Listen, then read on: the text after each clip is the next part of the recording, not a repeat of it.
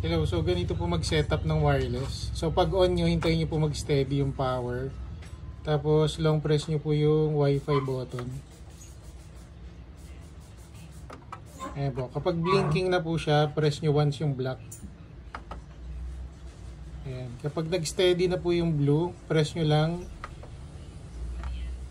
Pag nag-on na po yung direct sa kayong network, press nyo lang yung color button para ma-save po yung settings. Ayan po. Tapos, hintayin nyo lang hanggang mag-steady yung power.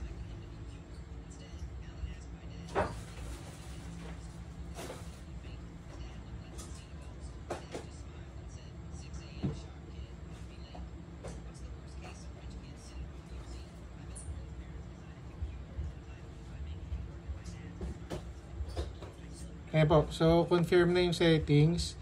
Pwede na po kayo mag-connect gamit yung phone nyo. Yung password po nung wireless nasa likod po.